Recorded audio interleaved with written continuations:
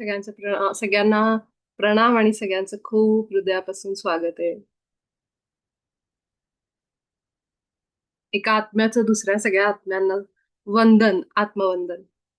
आपल्या संस्थेमध्ये सगळे मास्टर जेव्हा एकमेकांना भेटतात, ध्यानी मास्टर, तेव्हा सगळ्यांना आत्मवंदन म्हणतात. तर जेव्हा कधी तुम्ही आत्मवंदन हा शब्द ऐकाल, तेव्हा लक्षात ठेवायचं की ते पिरामिड संस्थेचे मास्टर आहेत, ध्यानी मास्टर. कारण बहुतेक करून मी आपल्या संस्थेच्या लोकांमध्येच ऐकलंय की आत्मवंदन म्हणतात. तर बघा कुठे कोणी दिसलं, कोणी भेटलं तर. आज मी तुम्हाला एक छान अनुभव सांगणार आहे. हे स्वप्न ॲक्चुअली मला 3-4 दिवस झाले पडून. पण मी ते सांगत नव्हते, कारण मला अजून तो सांगण्यासाठी मला ती आज्ञा म्हणा किंवा ते इंट्युशन येत नव्हते. आज मला सकाळी-सकाळी जेव्हा एकनाथ महाराजांची ती गोष्ट मला टाकावी वाटली ग्रुपवर, त्याच्यानंतर काही जणांचे पर्सनलवर आलं, की हे आम्हाला आज गरज होतं किंवा काय. जसं शीतलताईंचं पण आलं. त्यानुसार मग मला आज हा मेसेज आला, की आज मी माझा अनुभव सांगते. त्या गोष्टीमध्ये समर्पण आपण बघितलं असेल, की जे काही आहे ते होतंय ते होतंय.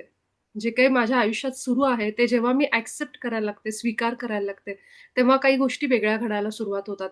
तिथून आपला खरा आयुष्याचा प्रवास जास्त सोप्पा आणि सहज बनत जातो. ज्यावेळेस मी माझं डोकं लावत बसते, की हे कसं होणार नाही, का नाही होणार आहे आणि विश्वास ठेवत नाही. परीक्षेत फेल झाले, जे पैशाचं काम करायचं होतं, ते काम अडलंय, कुठेतरी शरीराला त्रास झालाय. अशा वेळी आपल्या मनामध्ये येतं, की का माझ्यासोबत असं होतंय?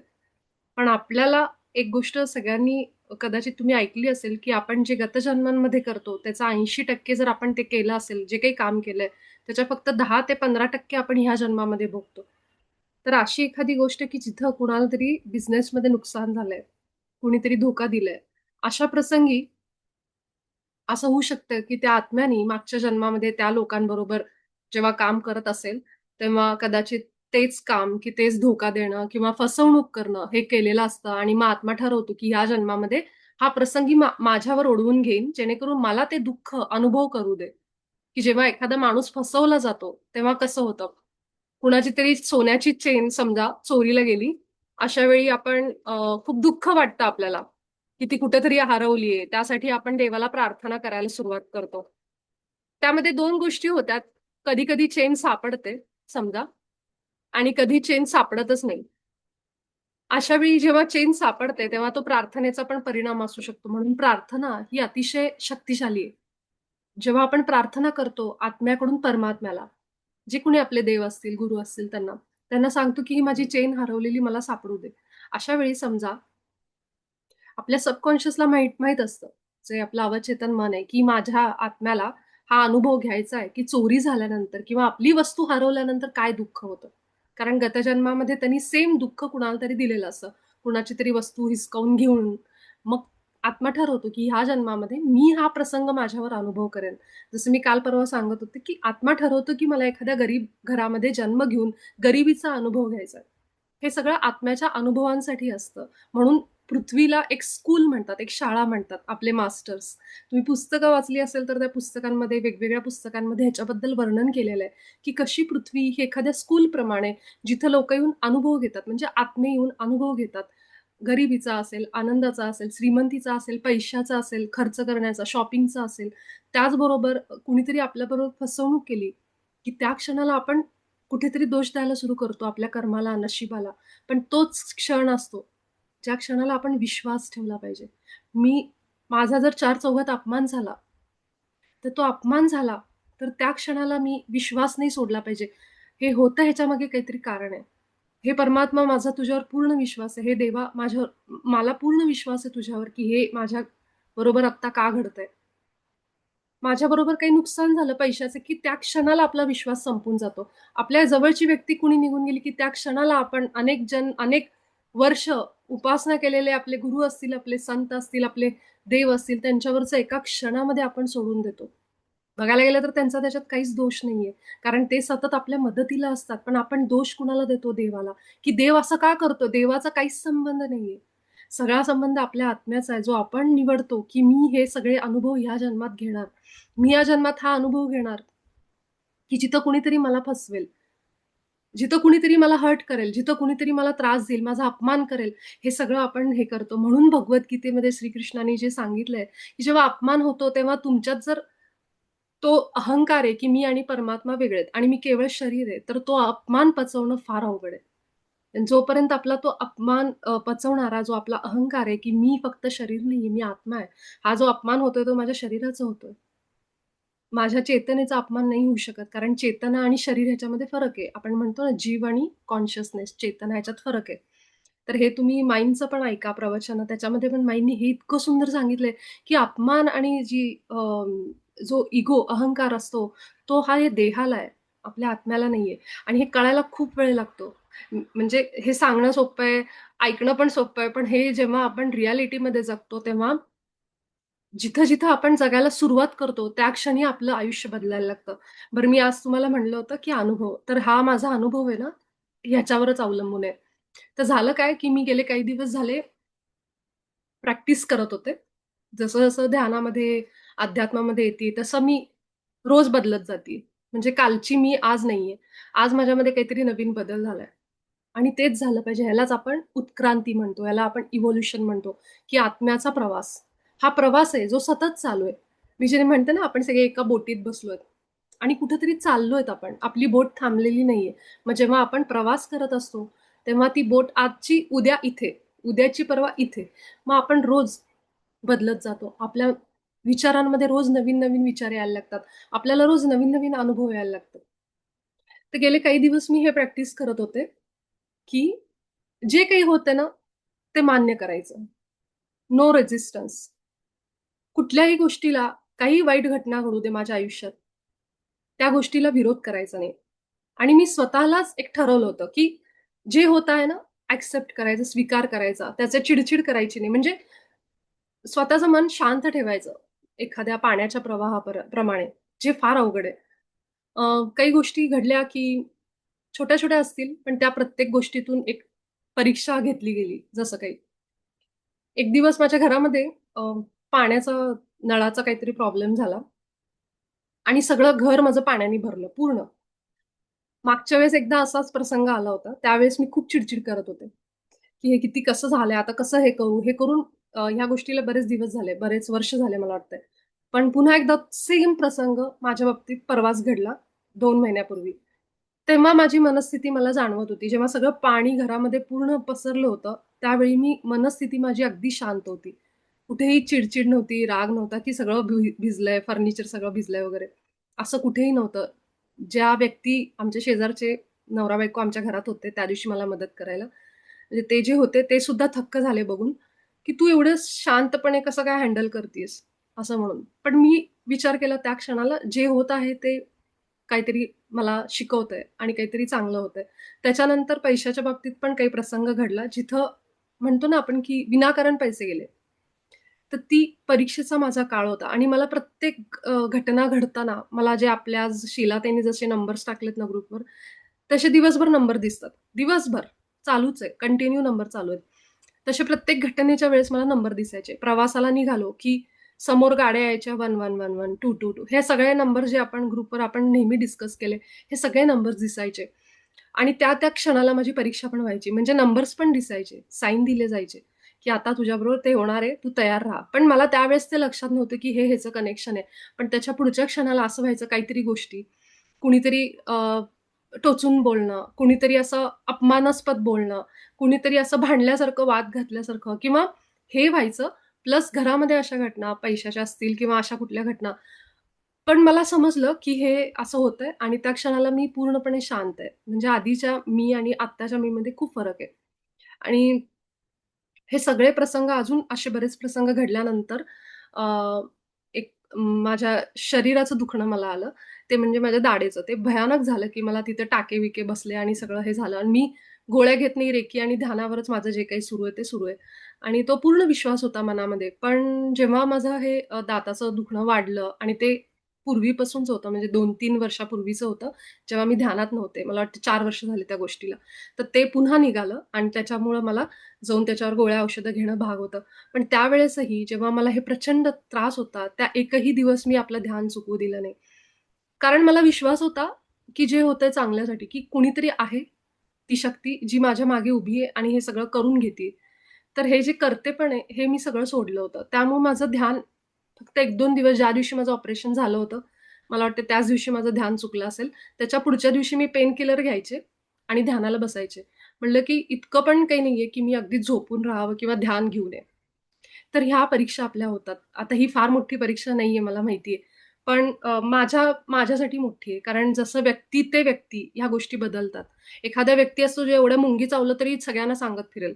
"अरे, मला हे झालंय, झालं." अशी मी होते. की मला एवढंसं जरी झालं तरी मला वाटायचं मला काय झालं म्हणजे एवढं कसं काय माझ्या बाबतीत झालं? खूप जास्त तक्रार करणं स्वतःच्या अ, म्हणजे स्वतःशीच, की हे असं कसं काय होऊ शकतं? म्हणजे हे करणं एक्सेप्टन्स नव्हता. स्वीकार करत नव्हते मी कुठल्या गोष्टीला, की माझ्या आयुष्यात हे आहे ते आहे. हे स्वीकार करणं फार गरजेचं आहे. जाड झाले, की मला वाटायचं मी जाडच झाले, आता मला मी कसं तोंड दाखवू जगाला? म्हणजे खूपच त्याचं हे करून घेणं, स्वतःला त्रास करून घेणं त्या गोष्टीचा. त्यामुळं हा जो प्रवास होता, हे सगळं मला शिकवलं, की तू जशी आहेस तशी पहिली स्वीकारायला सुरू कर. जाड झाली तर जाड झाली. अं, काय होईल फार तर फार 4 गोष्टी नको त्या खाल्ल्या तर त्या बाहेर येतील.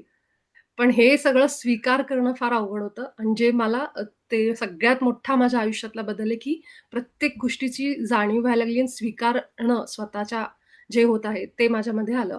ह्या सगळ्याचा परिणाम असा झाला, की आता ती चिंता काळजी निघून गेली पूर्ण. म्हणजे या ऑगस्ट महिन्याची एनर्जी तर माझ्यासाठी खूप मोठा बदल घेऊन आली. तुमच्या सगळ्यांच्या बाबतीत हा बदल झालेला आहे. पण काही जणांना तो लक्षात येतोय, काही जणांना लक्षात येत नाहीये. कारण मला जसे मेसेजेस येतायत त्यावरनं मी सांगू शकते, की सगळ्यांच्या मधून एक प्रकारची एक अशी एनर्जी होती, की काळजी, चिंता सतत. आता सगळ्यांना समजायला लागलंय, की काही गोष्टी आपल्या हाताच्या बाहेर आहेत. तर तुम्ही जेव्हा आपण म्हणतो ना इच्छा करणं, तर इच्छा करणं चुकीचं नाहीये. इच्छा केलं की ती आपल्याला मिळणं गरजेचं आहे. तो आपला हक्क आहे. जन्मतः हक्क आहे, की आपल्याला पाहिजे त्या गोष्टी आपल्या आयुष्यात आल्या पाहिजेत. त्याच्यात काही वाईट नाहीये. पण त्या इच्छांशी जोडलेलं राहणं, खूप जोडून त्याच्याशी अटॅच होणं, जे भगवद्गीतेमध्ये श्रीकृष्णांनी सांगितलंय, ते आत्ता समजायला लागले, की जेव्हा आपण खूप त्या इच्छांमध्ये अडकतो, वासनांमध्ये अडकतो, तेव्हा आपलं आयुष्य संपून जातं. आपण त्याच्याच मागे पळायला लागतो. सगळी दुनिया सोडायची आणि त्याच्या मागे पळायचं आणि तो जो त्रास आहे, तो त्रास तुम्ही ती इच्छा पूर्ण झाल्यावर पण थांबत नाही. मग नवीन इच्छा, मग नवीन इच्छा. म्हणजे ह्या इच्छांना अंत राहत नाही मग. म्हणून काय करायचं, की इच्छा केल्यानंतर तुम्ही त्याच्यापासून कसं वेगळं होता. ती इच्छा पूर्ण झाली, ठीक आहे, नाही झालं, माझं आयुष्य थांबत नाही.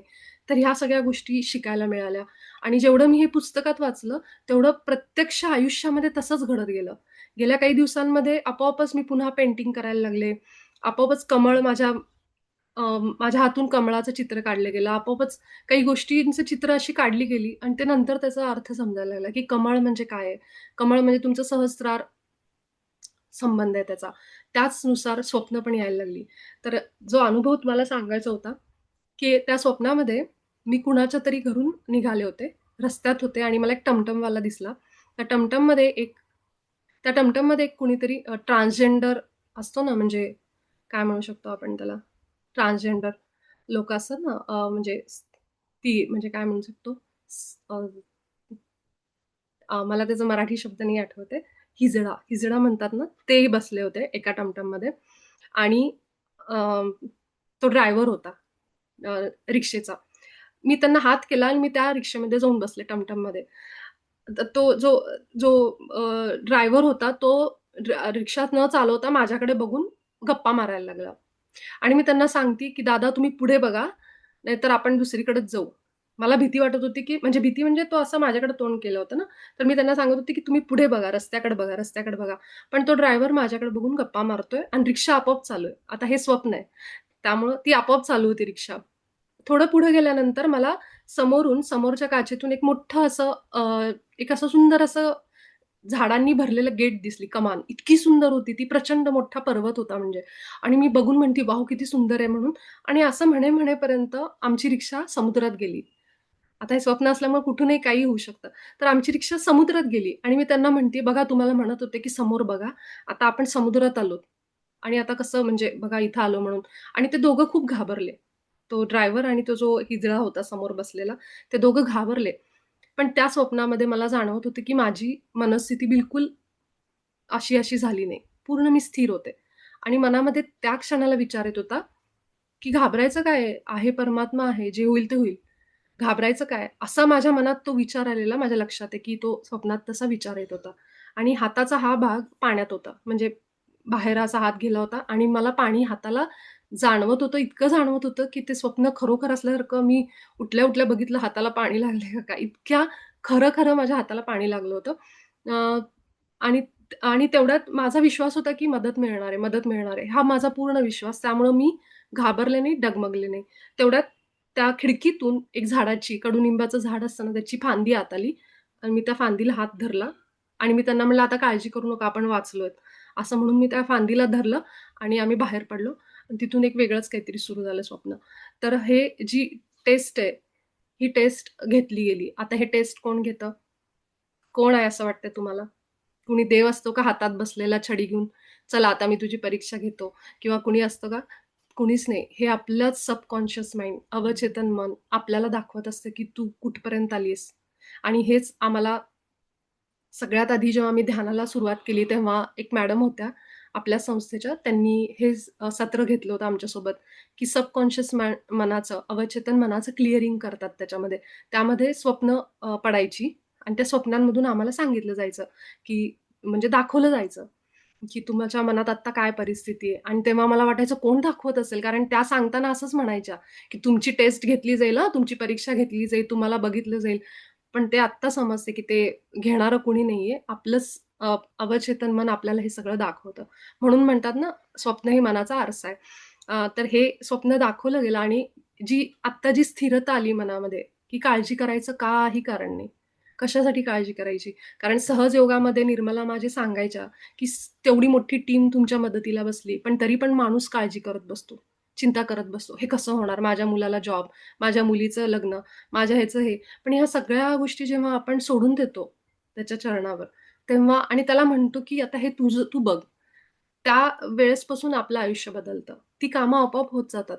पण आपल्या काळजीमुळं आपली एनर्जी आपण त्याच्यात टाकतो. Negative energy. समजतंय?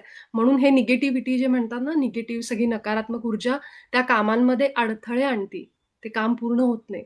म्हणून ज्या लोकांना असं वाटतं ना, की आम्ही जे काही मॅनिफेस्ट करायला जातो, आम्ही इच्छापूर्ती, आमची कामच होत नाहीत. कारण काय?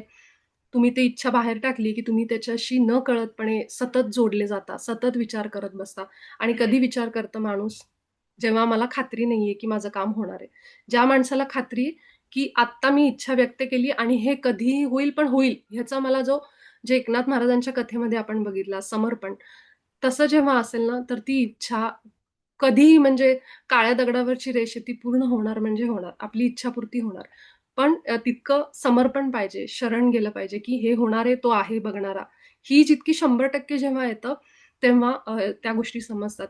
इतके दिवस जी मला स्वप्न दाखवली जायची, त्याच्यामध्ये माझ्यासमोर वाघ यायचा, सिंह यायचा. म्हणजे मी आज सांगते, अशी मोठी-मोठी चॅलेंजेस, आव्हानं मला दाखवली गेली आणि त्या प्रत्येक स्वप्नामध्ये मी घाबरले. त्या प्रत्येक स्वप्नामध्ये मी घाबरले, की वाघ आला, सिंह आला, की मी पळून चालले किंवा असं काही झालं, की मी घाबरून चालले. पण हे असं स्वप्न होतं, की ज्या स्वप्नामध्ये मी बिलकुल 1% पण डगमगले नाही. मला स्वतःला जाणवत होतं. का? प्रॅक्टिस. रोजच्या रोज आपल्यामध्ये छोटा-छोटा बदल केला, की माझ्या घरामध्ये आज पाणी नाही आलं. आज माझ्या घरामध्ये जे पैसे होते, कुणीतरी फसवून चोरून घेऊन गेलं. माझा मोबाईल चोरीला गेला. माझं काय जे काही चोरीला ह्या सगळ्या परीक्षा आपल्या ह्या आयुष्यात ज्या होतात, ह्या सगळ्या साध्या आहेत. जी सबकॉन्शियसची असते ना, ती खरी असते. कारण आपण आत्ता म्हणतो, "अरे नाही, आता मी पूर्ण त्याच्यावर सगळं सोडून दिलंय." पण असं काही होऊ दे, आपण लगेच दोष देतो, की काय देव आहे? देवच नाहीये जगात, कलियुगच आहे. सगळ्या जे वाईट वागतात त्यांचं चांगलं होतं, आमचं असं होतं. हे जे वाक्य आहेत ना आपली, ही वाक्य आपल्या आयुष्यातनं जाण्यासाठी आपल्याला रोज प्रॅक्टिस करावी लागते. आणि ही आपल्या खऱ्या-खुऱ्या आयुष्यात कितीही नुकसान होऊ दे. पैशाचं तर झालं तर माणूस 4 दिवस जेवणार पण नाही. पैसा तर इतका माणसाला प्रिय आहे. तर हे जेव्हा माझा मोबाईल चोरीला गेला तेव्हा मी खूप रडले. म्हणजे पोलिस स्टेशनमध्ये पण पोलीस पण माझ्याकडे बघून हसत होती, की "ही बाई एवढी का रडती?" म्हणून. मी एवढं रडत होते, की त्या मोबाईलमध्ये माझा डेटा खूप होता, हे होतं, ते होतं. पण त्या गोष्टी आता समजतात, की हे सगळं जे आहे, हे आपल्याला काहीतरी एक भक्कम आणि किती विश्वास आहे सगळ्यात महत्त्वाचा तुमचा, ह्याच्यासाठी. तर प्रत्येक गोष्ट जी होते ना आयुष्यात, ती हरकत नाही झाली, कितीही वाईट होऊ दे. तर त्यावेळी जर आपण डगमगलो नाही, तर आपण त्या परीक्षेतनं पास होतो. आणि हे आपल्याला एकनाथ महाराजांनी पण सांगितलं. जसं मी महाअवतार बाबाजींचं युनिफाईड कोर्स करत होते, त्यावेळेस महाअवतार बाबाजींचं त्या पुस्तकाचा सगळ्याचा एकच सारांश आहे. त्या पूर्ण पुस्तकाचा, की तुम्ही आणि ह्या जगात जगणारी सगळी लोकं, सगळे एकच आहात. युनिफाईड. आपण एक तत्व आहोत. असं बाबाजींचं त्या पुस्तकाचा सार आहे, असं म्हणू शकतो. ते पुस्तकाचा 6 महिन्याचा क्लास करता तेव्हा स्वप्न दाखवलं गेलं, की एका मंदिरामध्ये आम्ही लाईनमध्ये थांबलोय महादेवाच्या आणि कुणीतरी आणि सगळे महादेव आहेत हं, सगळे महादेव आहेत. पूर्ण मंदिर महादेवाचं आहे. सगळीकडे महादेव आहे. पण मी ज्या लाईनमध्ये थांबले होते, तिथं माझी वहिनी होती शेजारी आणि ती वहिनी म्हणते, "अगं हा महादेव नाही, तिकडचा महादेव महत्वाचा आहे." आणि असं म्हणल्या त्या क्षणाला आम्ही सगळे तिथून पळालो आणि दुसऱ्या महादेवापाशी गेलो. आणि ते स्वप्न मला दाखवण्यात आलं, हे सांगण्याकरता, की "तू हे शिकतीयेस, पण ते इथं नाही उतरलं. ते फक्त तुझ्या इथून इकडं उतरलंय. कारण तुझ्या कानातनं एका चाललंय आणि तू पुन्हा जे करायचंय तेच करतीयेस, की तू पुन्हा सगळ्यांना वेगळं मानतीयेस धर्मानुसार." कारण तेव्हा काही धर्माच्या गोष्टी कानावर आल्या होत्या, हिंदू, मुस्लिम वगैरे. तर ते दाखवलं गेलं मला, की तू अजूनही इथनं एक झाली नाहीयेस. महाअवतार बाबाजींनी जे सांगितलंय. अजूनही तुझ्या मनामध्ये भेदभाव आहे लोकांमध्ये. तर हे सगळं त्या पुस्तकाच्या दरम्यान अशी स्वप्न पडायची. तर ही जी आपल्या रोजच्या वागण्यामध्ये ह्या प्रॅक्टिस केली, की आपल्याला आपलं सबकॉन्शियस अवचेतन मन क्लिअर व्हायला लागतं. आणि हे सांगायचं कारण असं, की ज्यांना असं वाटतं ना, की हे सांगणं सोपं आहे आणि करणं अवघड आहे. त्यांच्यासाठी मी सांगते, की हे सांगणं आणि करणं ह्या दोन्ही गोष्टी अवघड आहेत. तर दोन्ही गोष्टी आपल्याला रोजच्या रोज प्रॅक्टिसनी करणं इम्पॉसिबल नाहीये, अशक्य नाहीये. तर ह्यानुसारच आपण त्या क्वालिटीजकडे जाऊ शकतो, की जिथं आपले संत पोहोचले, जिथं आपले गुरुमंडळी पोहोचले आणि त्यांची इच्छा आहे.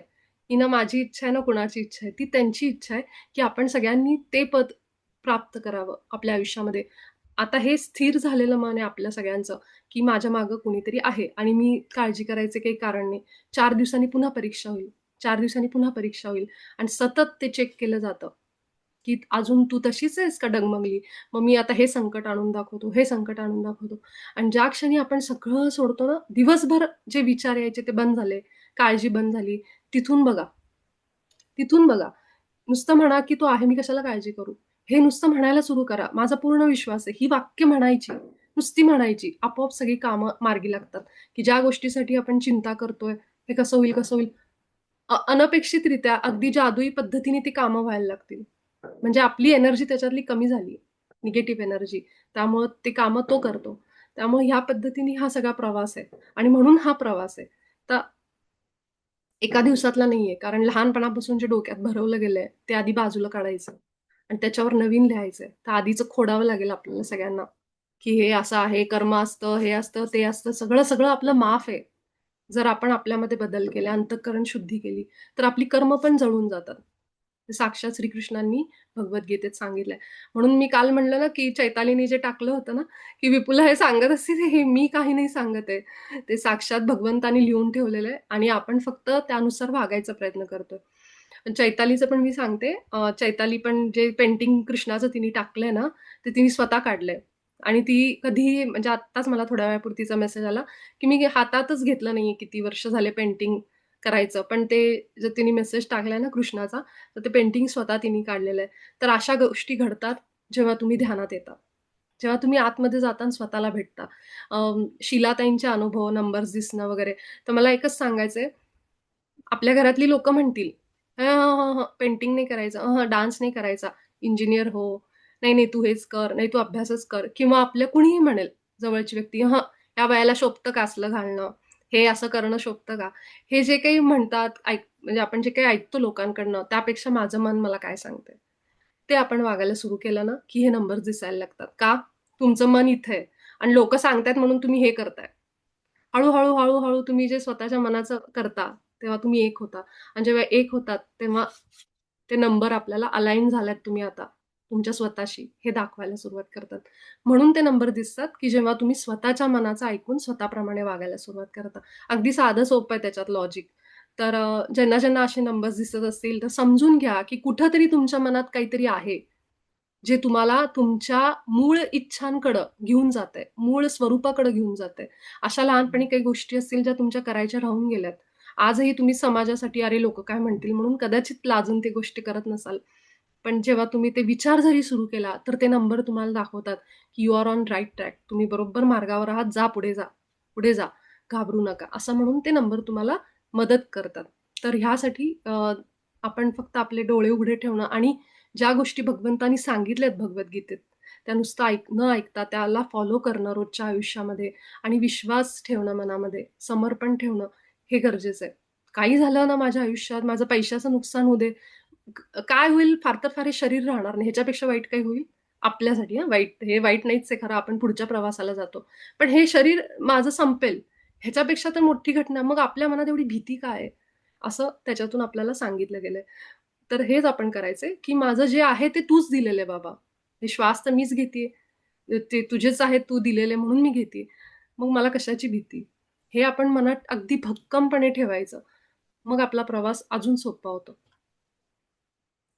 ह्याच नोटवर आपण आपलं आजचं ध्यान सुरू करू.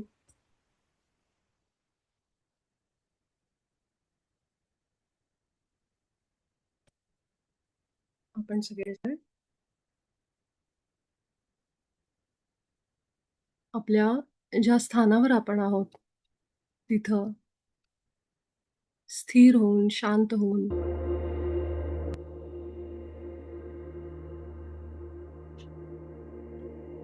आपल्या गुरूंनी आणि आपल्या देवानी दाखवलेला मार्ग,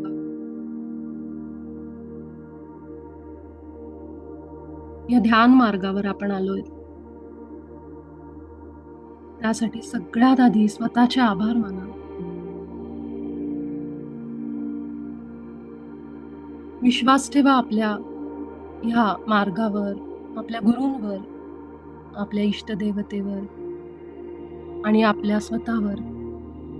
मी जे करत आहे, ते अगदी माझ्या भल्याचं आहे, हिताचं आहे.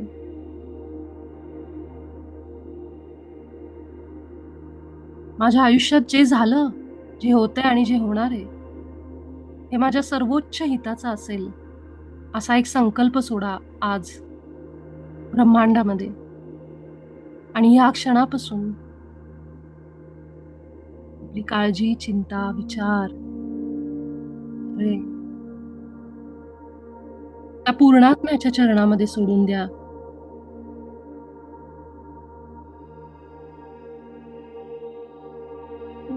माझा प्रवास,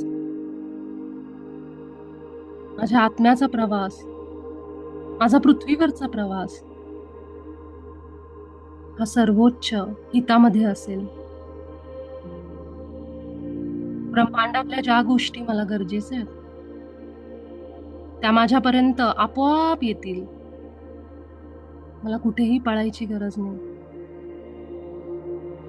जे माझ्याकडून चुकतंय, जे निसटतंय, ते निसटणारच होतं, जाणारच होतं. त्याच्यात मला अजिबात दुःखी व्हायचं कारण नाहीये.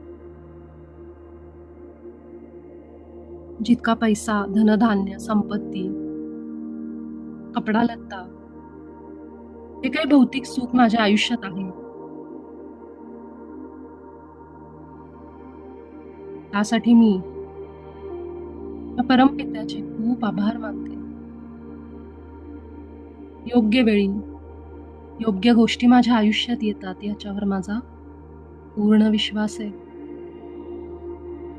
जी दुःख मला मिळाली आहेत, शारीरिक, मानसिक, भावनिक, त्या सगळ्यांचा मी स्वीकार करते.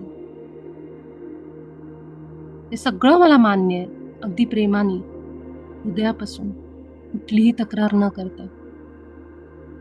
जे काही अनुभव मला घ्यायचे होते, ते घेऊन झालेत. दुःखाचे, निराशेचे,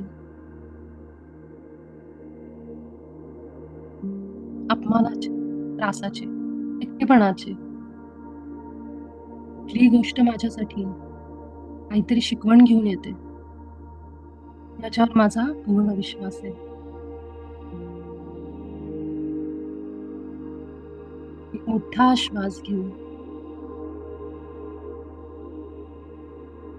अगदी हृदयावर आपलं लक्ष, आपल्या गुरूंना आठवा, त्यांचा चेहरा आपल्या डोळ्यापुढं, आपल्या इष्ट देवतेला आणि आपल्या सगळ्यांचा क्रिएटर, आपल्या सगळ्यांचा स्रोत, आपल्या सगळ्यांना ज्यांनी बनवलंय असा तो परम आत्मा तो दिव्य प्रकाश,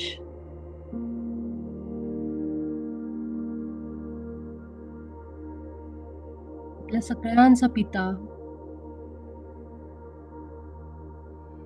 हे परमात्मा,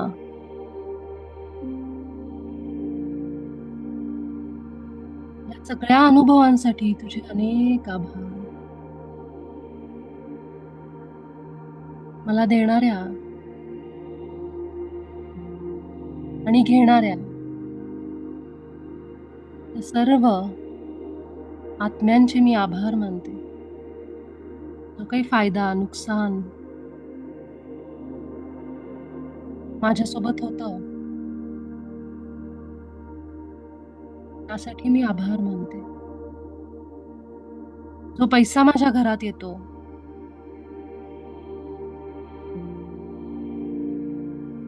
ज्याच्या मार्फत येतो, तो आत्मा सुद्धा तुझाच अंश आहे. आणि ज्याला दिला जातो, जो माझ्याकडून तो पैसा घेतो, तो सुद्धा तुझाच अंश आहे. जे काही यायचंय आणि जायचंय हे सगळं तुझं आहे. त्याचनुसार जे अन्न, पाणी, हवा माझ्या वाट्याला येतं आणि पुन्हा ब्रह्मांडात माझ्याकडून जातं, ते सुद्धा तुझं आहे. सगळी सुख आणि दुःख तुझ्या मार्फत माझ्यापर्यंत येतात.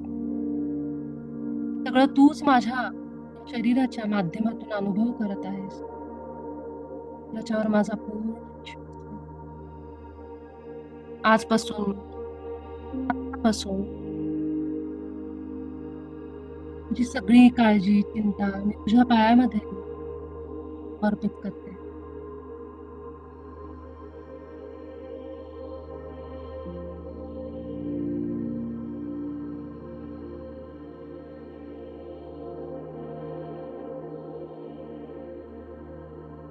माझं कुठलंही काम असेल, कुठलीही इच्छा असेल, कुठलीही मदत पाहिजे असेल, मी फक्त तुला सांगेन.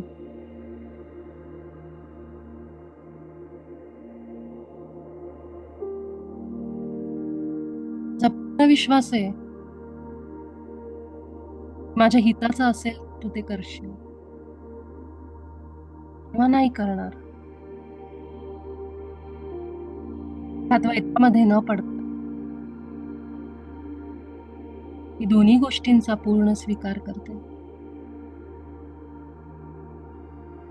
मी जशी आहे तशी स्वतःचा स्वीकार करते.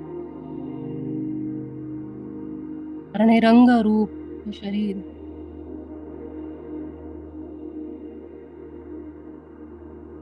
हे सगळं माझ्या आत्म्यानेच निवडलं होतं.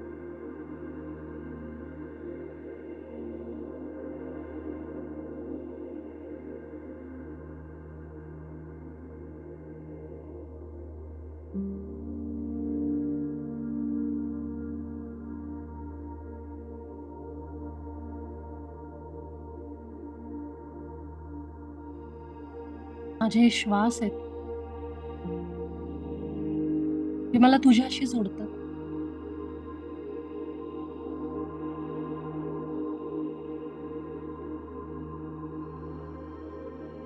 तेव्हा मला उत्तर पाहिजे, मदत पाहिजे,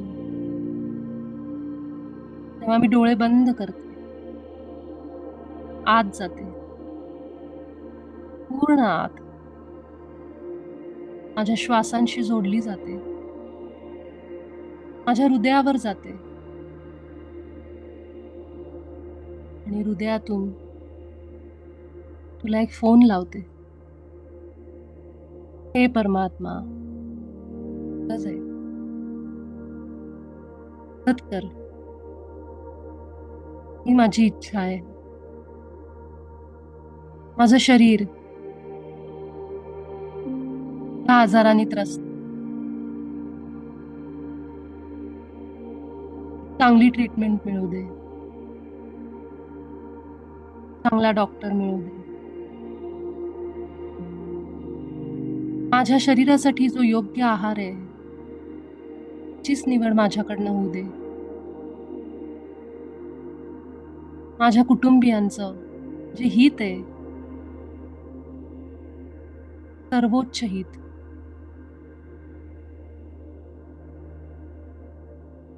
ते त्यांच्यापर्यंत मिळू दे, जाऊ दे.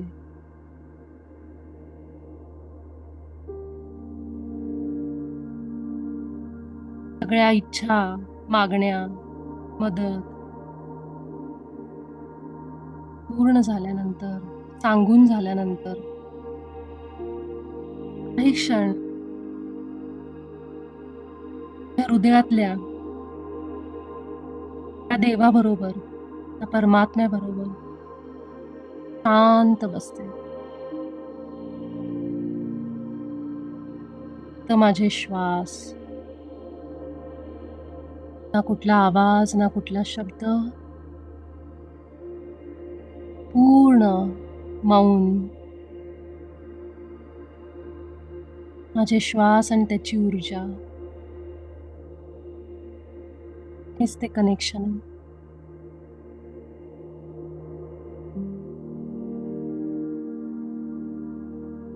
काही क्षण आपण आपल्या हृदयावर त्या श्वासांसोबत राहू.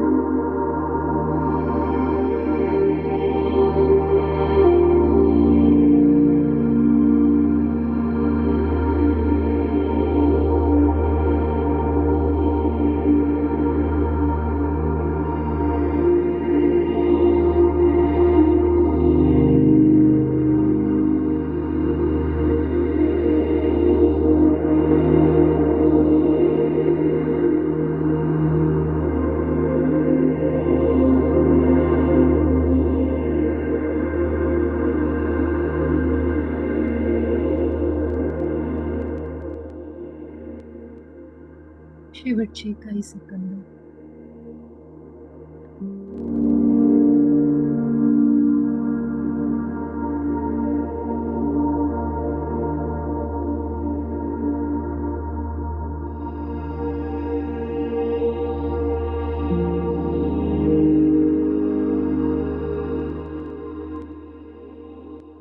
आपल्या हृदयामध्ये ही समर्पणाची ऊर्जा, विश्वासाची ऊर्जा, आभाराची ऊर्जा घेऊन आपण सगळेजण या सत्रातून बाहेर येऊ. आपले दोन्ही हात अगदी सावकाश डोळ्यांवर. 5, 4, 3, 2